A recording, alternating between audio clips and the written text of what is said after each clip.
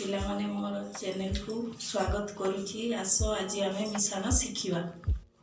ଦେଖନ୍ତୁ ପିଲାମାନେ, ଇଏ ହେଉଛି ମିଶାଣ ଚିହ୍ନ। ଆଚ୍ଛା ପିଲାମାନେ, ଗଣିଲ ସେଓ କେତୋଟି ଅଛି?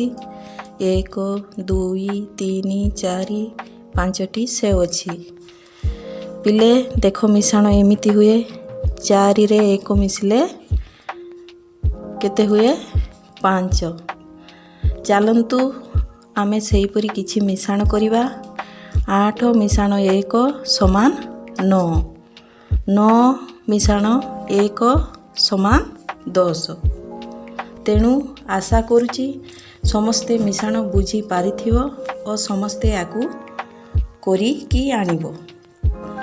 ଏଠି କିଛି ମିଶାଣ ହେଇକି ଅଛି, ତୁମେମାନେ ଦେଖ। ମିଶାଣରେ 0ରେ କୌଣସି ସଂଖ୍ୟା ଯଦି ମିଶେ ସେହି ସଂଖ୍ୟା ହୁଏ। ଯେମିତିକି 0ରେ 7 ମିଶିଲେ 7 ହେବ। ଆପଣମାନଙ୍କ ପାଇଁ କିଛି ମିଶାଣ ଦେଉଛି।